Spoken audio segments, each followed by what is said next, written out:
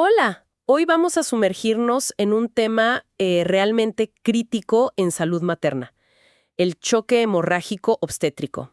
Tenemos aquí guías clínicas, documentos técnicos peruanos, protocolos del INMP, así que vamos a analizar a fondo esta emergencia. La idea es entender bien qué es, por qué pasa, cómo se ve y, lo más importante, cómo se maneja según estas fuentes expertas. Exacto. Es una exploración necesaria para, digamos, desglosar los puntos clave de esta condición. Es grave, sí, pero las fuentes insisten mucho en que a menudo se puede prevenir y sobre todo tratar si se actúa con preparación y rapidez. Perfecto. Empecemos por lo básico entonces. ¿Qué es el choque hemorrágico?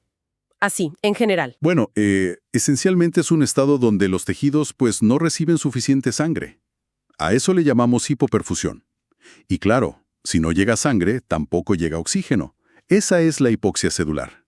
La causa directa es una pérdida importante de sangre, de volumen sanguíneo, hipovolemia, por una hemorragia.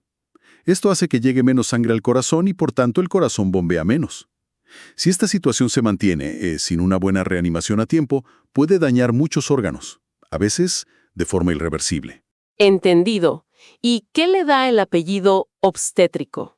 ¿Qué lo hace diferente?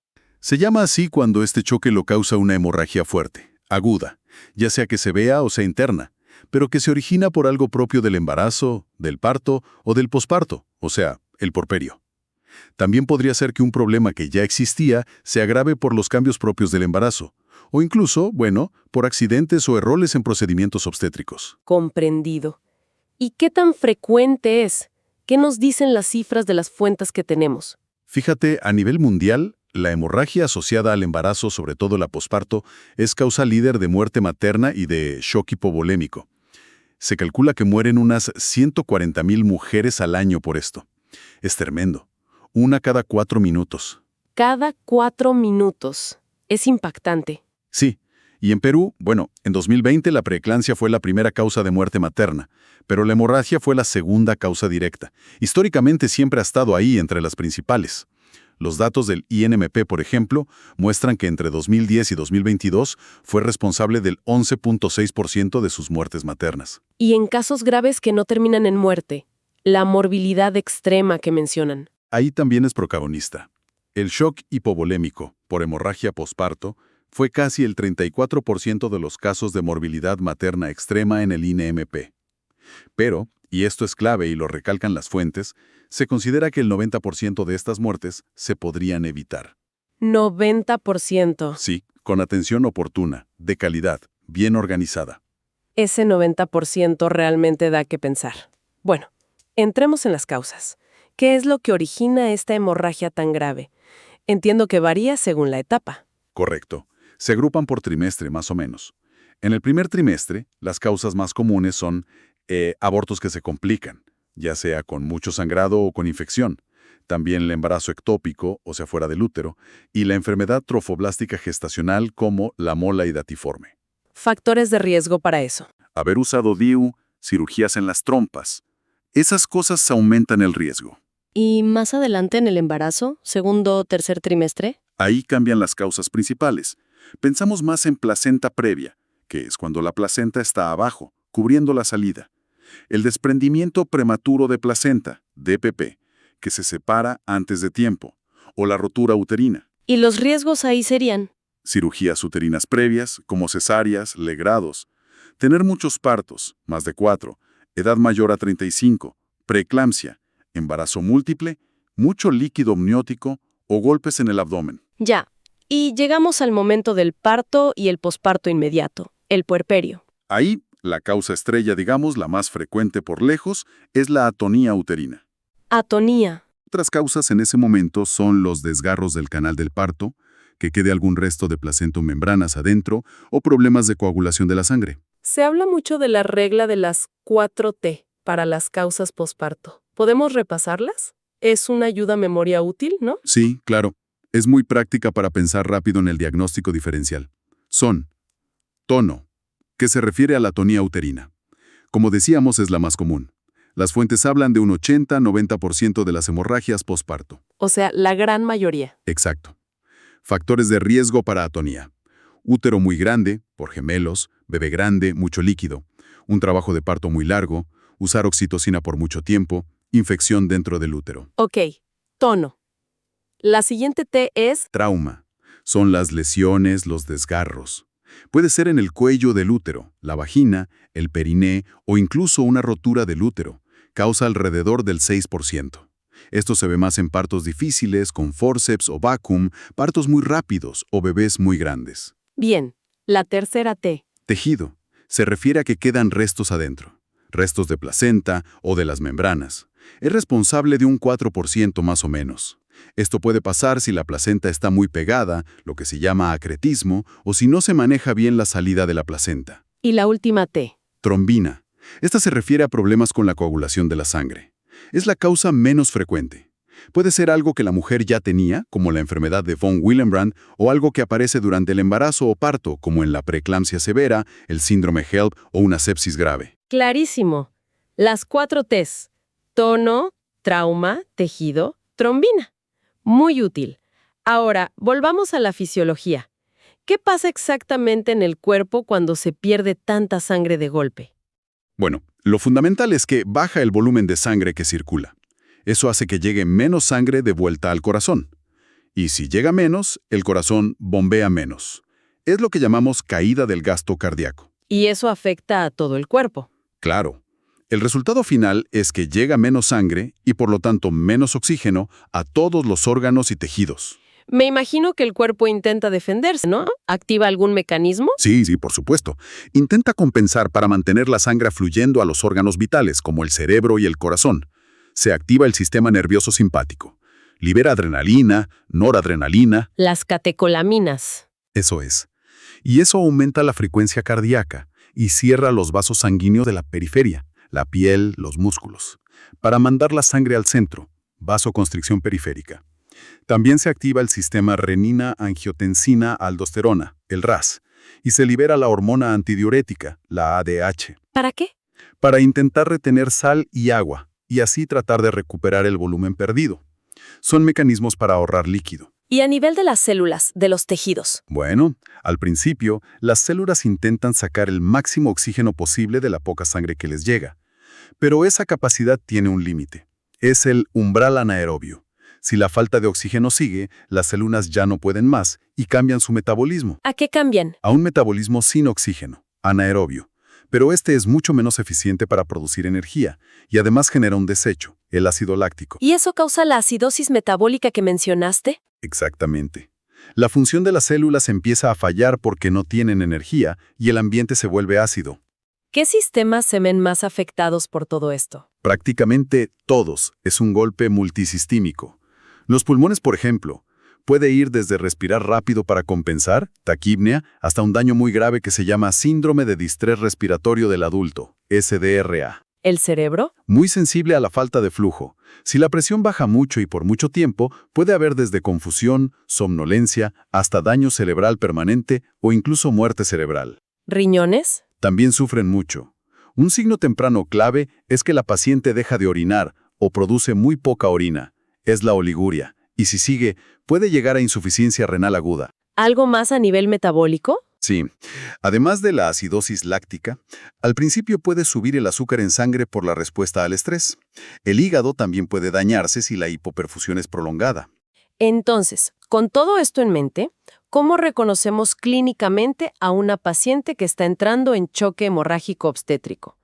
¿Cuáles son las señales clave, las banderas rojas? El diagnóstico es clínico, o sea, se basa en lo que vemos y medimos en la paciente. Buscamos signos de dos cosas principalmente: inestabilidad hemodinámica e hipoperfusión tisular. A ver, inestabilidad hemodinámica, ¿qué sería? Presión arterial baja, la sistólica, la alta, por debajo de 90 milímetros de mercurio. Frecuencia cardíaca alta, por encima de 90 latidos por minuto. Y respiración rápida, taquipnea. Además, el pulso, si lo palpas, suele ser rápido pero débil, como un hilito. Se dice filiforme. Ok, eso por el lado hemodinámico. ¿Y la hipoperfusión? ¿Cómo se ve que no llega sangre a los tejidos? Ahí buscamos varias cosas. Primero, la orina. Si produce muy poca, menos de medio mililitro por kilo de peso por hora. Las guías a veces lo simplifican. Si tiene sonda, Menos de 10 gotas por minuto es una señal de alarma. Oliguria. ¿Qué más? El estado mental. Si la paciente está agitada, confundida, somnolienta o ya inconsciente. Eso indica que no llega suficiente oxígeno al cerebro. También el llenado capilar. Presionas la uña, se pone blanca y ves cuánto tarda en volver a ponerse rosada. Si tarda más de 2 segundos, es lento, signo de mala perfusión periférica. Y el aspecto general, imagino. Sí, la piel pálida, fría, a veces sudorosa, mucosas secas, son signos clásicos de shock.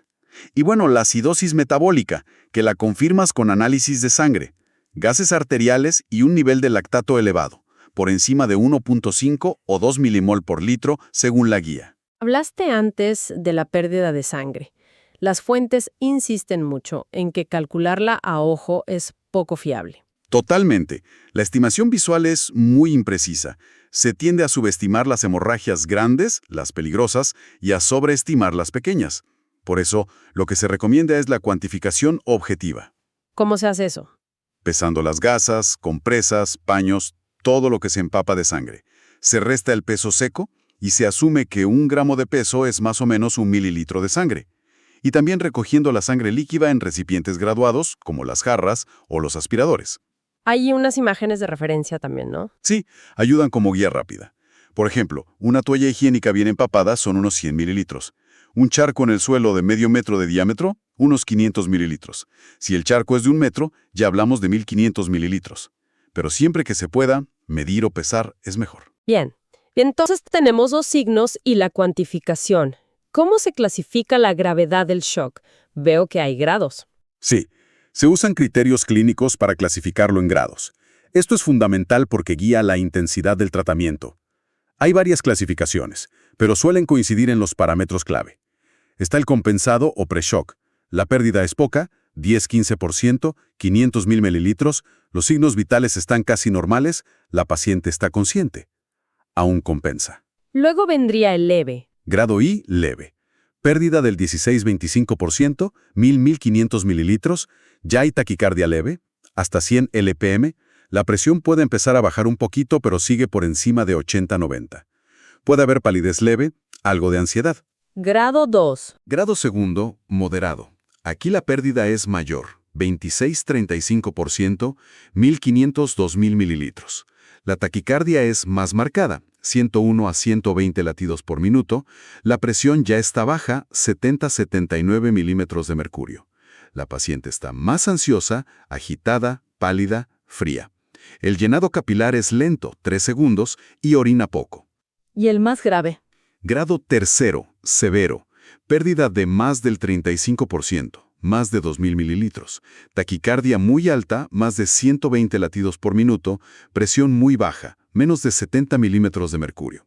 El estado mental está muy alterado, confusa, letárgica o ya inconsciente. Muy pálida, fría, sudorosa. El llenado capilar es muy lento o ni se ve. Y casi no orina, anuria. Importante aquí. Algo crucial que dicen las guías. El manejo debe iniciarse basándose en el parámetro clínico que esté peor. No hay que esperar a que cumpla todos los criterios de un grado severo para actuar con contundencia. Si la presión está muy baja, aunque la frecuencia cardíaca no esté tan alta, ya es severo. Entendido. Mencionaste también el término hemorragia masiva. ¿Qué significa eso en la práctica clínica? Es un concepto operativo, una señal para activar protocolos específicos, sobre todo el de transfusión masiva. Las definiciones varían un poco, pero las más comunes son: perder sangre muy rápido, más de 150 mililitros por minuto durante más de 10 minutos, o perder todo tu volumen de sangre estimado en 24 horas, o necesitar transfundir 4 o más unidades de glóbulos rojos, paquetes globulares, PG, en solo 1 hora, o perder la mitad de tu volumen sanguíneo en 3 horas. Si se cumple cualquiera de estas, se considera hemorragia masiva y hay que activar todos los recursos. ¿Y el índice de choque, el ICE, es útil en embarazadas? Lo mencionan las fuentes. Sí, es una herramienta simple y útil. Se calcula dividiendo la frecuencia cardíaca entre la presión arterial sistólica. ICE igual a FC-TAS. En gestantes, los valores normales son un poco más bajos, entre 0.5 y 0.7. ¿Y cuándo nos alerta? Un ICE de 0.9 o más ya sugiere que la paciente puede estar inestable y probablemente necesite sangre. Si el índice sube a 1.1 o incluso 1.3, según la fuente, eso ya indica un shock severo y la necesidad de activar la transfusión masiva y usar otros hemoderivados además de los glóbulos rojos. Es un indicador temprano y fácil de calcular. Muy bien. Creo que tenemos una buena base de qué es, por qué ocurre y cómo se ve.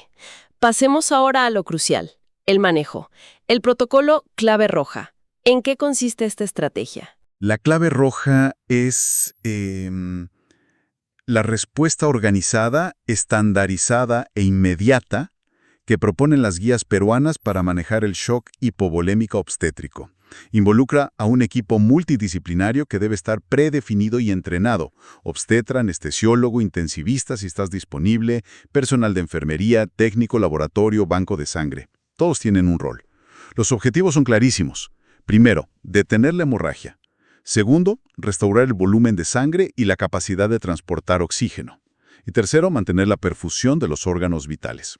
¿Metas concretas? Sí, mantener la presión arterial sistólica por encima de 90 milímetros de mercurio o la presión arterial media, PAM, en 65 milímetros de mercurio o más, y asegurar una buena oxigenación. Las guías hablan de una línea de tiempo muy estricta.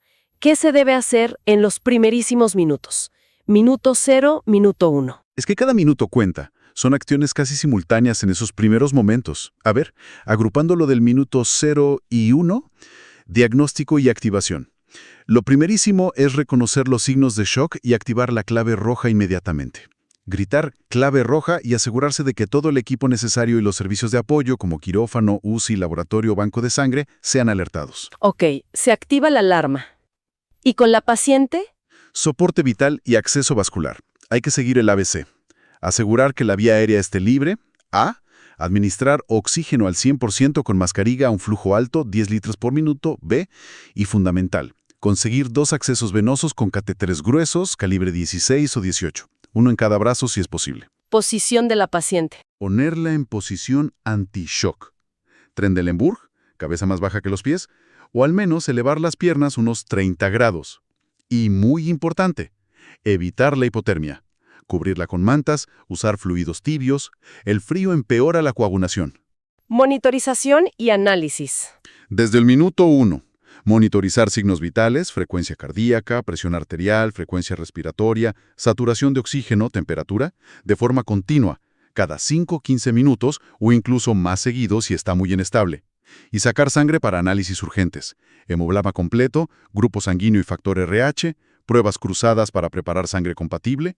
Si la urgencia es máxima, pedir directamente 2 unidades de O negativo mientras llegan las cruzadas. ¿Qué más análisis? Perfil de coagulación completo, que incluya fibrinógeno sí o sí, gases arteriales y lactato, para ver la perfusión y la acidosis, y pruebas de función renal y hepática. Y colocar una sonda Foley para medir cuánta orina produce por hora. Es un indicador clave de la perfusión renal. Mencionaste fluidos tibios. ¿Cuánto y qué tipo de fluidos se ponen al inicio? Se empieza con cristaloides tibios, como cloruro de sodio al 0.9% o Ringer lactato. La cantidad inicial depende del grado de shock estimado. Si es grado 1 o 2, leve moderado, se pasa un bolo inicial de 1000 mililitros, pasando los primeros 500 mililitros muy rápido, a chorro, en unos 10 minutos. Si es grado 3 o 4, severo, se necesita más volumen inicial, entre 1000 y 2000 mililitros. Y luego se administran retos o bolos de 300 a 500 mililitros cada pocos minutos, evaluando la respuesta de la presión arterial y otros signos. ¿Y la sangre? ¿Cuándo se empieza a transfundir? La decisión se basa en la gravedad clínica, y si se tiene rápido, en el nivel de hemoglobina. La idea es empezar temprano si el shock es evidente. En un grado 2, moderado. Si la hemoglobina ya está por debajo de 8 gramos por litro, se indica transfundir 2 paquetes globulares, PG. En un grado 3, severo, ya se empieza con 2 PG y se añade una unidad de plasma fresco congelado, PFC, para aportar factores de coagulación.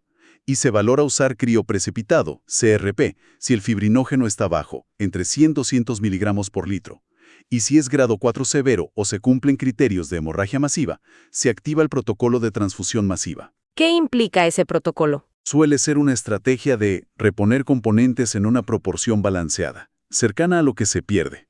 Por ejemplo, una ratio de 1.1.1 de paquetes globulares, plasma fresco congelado, plaquetas, Podría ser algo como 6 pg plus 6 fpc plus un concentrado de plaquetas, que equivale a 6 unidades individuales, plus crioprecipitado, unas 10 unidades o 1-2 puls si el fibrinógeno está muy bajo, 100 miligramos de cilitro. Entendido.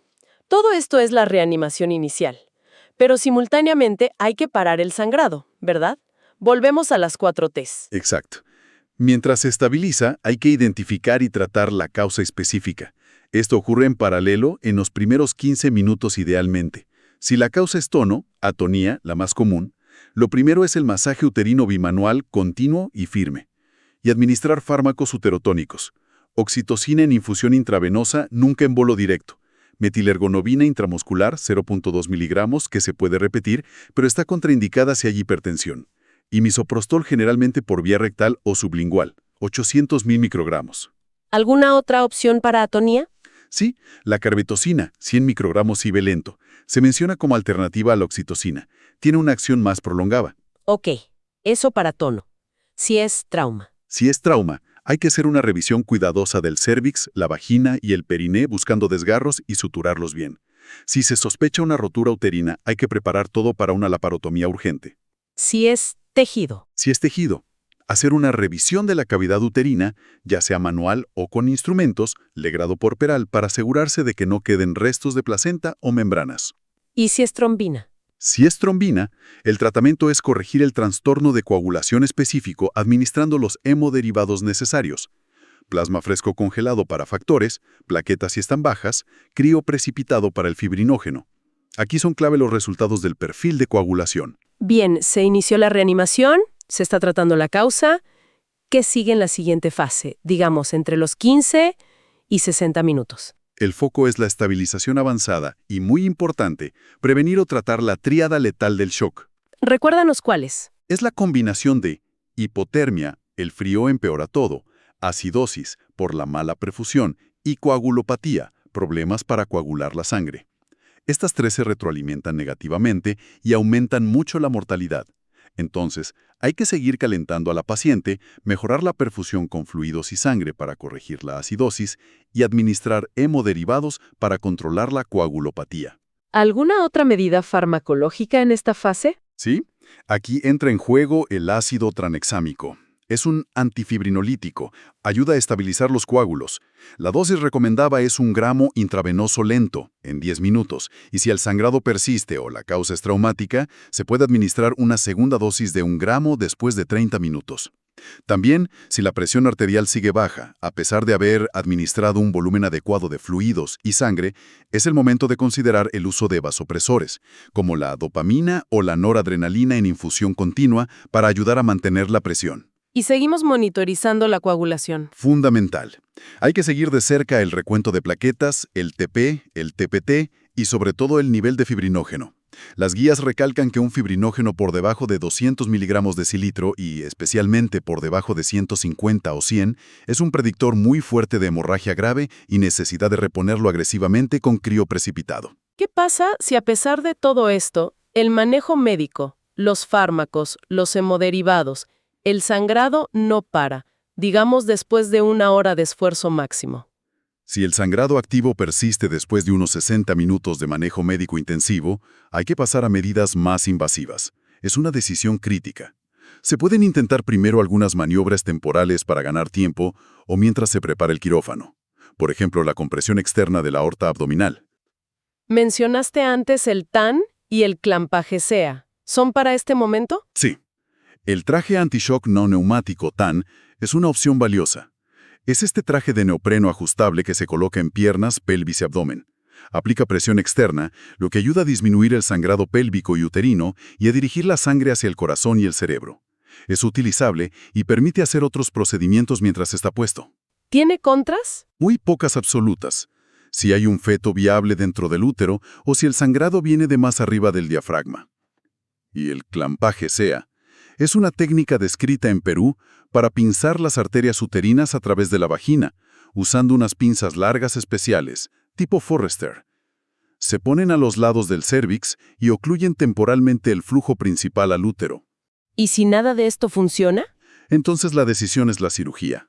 Una laparotomía exploradora para ver qué está sangrando y actuar. Se pueden hacer ligaduras de las arterias uterinas o incluso de las hipogástricas, ilíacas internas. Poner suturas especiales que comprimen el útero como la sutura de Bill Lynch. Y si nada de eso controla el sangrado y la vida de la paciente está en riesgo extremo, el último recurso es la histerectomía, quitar el útero. Es una decisión difícil, pero a veces necesaria para salvar la vida. Queda claro el algoritmo escalonado. Hablemos un poco más de los hemoderivados. ¿Cuáles son los objetivos específicos al usarlos? ¿Qué buscamos conseguir con cada uno? La idea es reponer los componentes específicos que se están perdiendo y corregir los déficits que contribuyen al sangrado y al shock. Con los paquetes globulares PG, el objetivo es mejorar el transporte de oxígeno. Cada unidad sube la hemoglobina más o menos 1,1.5 GDL. La meta mínima en la fase aguda suele ser mantenerla por encima de 7 u 8 GDL. ¿El plasma? El plasma fresco congelado, PFC, aporta todos los factores de coagulación y también fibrinógeno. Se usa para corregir la coagulopatía, cuando los tiempos de coagulación TP-TPT están prolongados, más de 1.5 veces lo normal. La dosis suele ser de 10 a 20 mililitros por kilo de peso. ¿Crioprecipitado? El crioprecipitado, CRP, es un concentrado rico sobre todo en fibrinógeno, pero también tiene factor 8, factor 13 y factor von Willebrand. Su indicación principal es cuando el fibrinógeno está bajo, digamos menos de 150 o idealmente menos de 200 miligramos decilitro en sangrado activo. Se suelen usar unas 10 unidades o 1 o 2 pools de donantes. ¿Y plaquetas? El concentrado de plaquetas, CP, se indica si el recuento de plaquetas cae por debajo de 50.000 por milímetro cúbico y la paciente sigue sangrando o necesita cirugía. Una unidad de aféresis o un pool de 5 o 6 unidades de donantes individuales sube el recuento unos 30.000, 50.000. La meta es mantenerlas por encima de 50.000. Entonces, para resumir las metas generales de la reanimación que buscamos alcanzar y mantener. Buscamos presión arterial sistólica superior a 90 milímetros de mercurio o presión arterial media superior a 65 milímetros de mercurio. Una buena oxigenación, PaO2 60 mililitros o saturación superior a 90%. Una diuresis adecuada de 0.5 a 1 mililitro kilogramo hora. Corregir la acidosis metabólica, lactato 2 milimol. Y las metas de hemostasia, plaquetas 50.000 milímetros cúbicos, fibrinógeno 150-200 miligramos decilitro y tiempos de coagulación, TP-TPT, menos de 1.5 veces el control. Es un conjunto de objetivos. Muy bien. Ahora, hablemos de las posibles consecuencias si las cosas no van bien. ¿Cuáles son las complicaciones más temidas de un choque hemorrágico obstétrico severo o mal manejado? Las complicaciones pueden ser devastadoras, sí. Pueden ser inmediatas o tardías. Inmediatas. Anemia muy severa que requiera muchas transfusiones. La coagulación intravascular diseminada, SID, que es una coagulopatía de consumo gravísima. Insuficiencia renal aguda, IRA. Daño cerebral por la falta de oxígeno, desde confusión hasta convulsiones o coma, y el síndrome compartimental abdominal, que es cuando aumenta mucho la presión dentro del abdomen y daña los órganos. ¿Y secuelas a largo plazo? Pueden quedar daños permanentes, tardías. Daño renal crónico que incluso requiera diálisis de por vida. Daño cerebral permanente con secuelas neurológicas o cognitivas. A veces, por la mala perfusión y los vasopresores, puede haber gangrena en dedos o extremidades que requieran amputación. Infarto de miocardio. Infertilidad, obviamente si se tuvo que hacer una histerectomía, daño a otros órganos, y en el peor de los casos, la muerte materna. El pronóstico final, entonces, ¿de qué depende fundamentalmente? Depende críticamente de varios factores. La severidad inicial del shock, cuánto se perdió y qué tan rápido. La rapidez y la efectividad con que se logre controlar la fuente del sangrado y se realice la reanimación. Si la paciente tenía otras enfermedades previas, comorbilidades. Y por supuesto, si desarrolla o no estas complicaciones graves y si se produce daño orgánico irreversible. He entendido. Entonces, haciendo un balance final de todo este análisis detallado, ¿cuál dirías que es el mensaje central que nos dejan estas guías y documentos? Yo creo que el mensaje clave es que el choque hemorrágico obstétrico es una emergencia donde cada segundo cuenta. Es tiempo dependiente. Y aunque puede ser fatal, una proporción enorme, ese 90% que mencionamos, se considera prevenible. ¿Cómo? Identificando bien los factores de riesgo y manejando activamente la tercera etapa del parto, el alumbramiento. Pero cuando ocurre, el éxito del manejo depende totalmente de la preparación. Y eso significa reconocer rápido las señales de alarma, cuantificar objetivamente el sangrado, clasificar bien la gravedad del shock y, lo más importante, activar inmediatamente y de forma coordinada un protocolo estandarizado como la clave roja por un equipo que esté entrenado, que sepa lo que tiene que hacer y que tenga los recursos disponibles. Queda clarísimo. Preparación, reconocimiento temprano y acción coordinada. Y para quienes nos escuchan, ¿alguna reflexión final que surja de revisar este material tan técnico pero tan vital? Pues mira, las guías y los protocolos nos dan el qué hacer, son fundamentales. Pero al final, llevarlos a la práctica efectiva depende de las personas, del equipo humano. Quizás una reflexión importante es pensar en cómo la comunicación efectiva dentro de ese equipo, un liderazgo claro durante la crisis, saber quién manda y qué hace cada uno, y sobre todo el entrenamiento regular mediante simulacros pueden fortalecer enormemente la respuesta del sistema. Mejorar esos aspectos, la comunicación, el liderazgo, el entrenamiento, puede ser la diferencia crucial para poder actuar bien bajo una presión inmensa y al final, como decíamos, salvar vidas.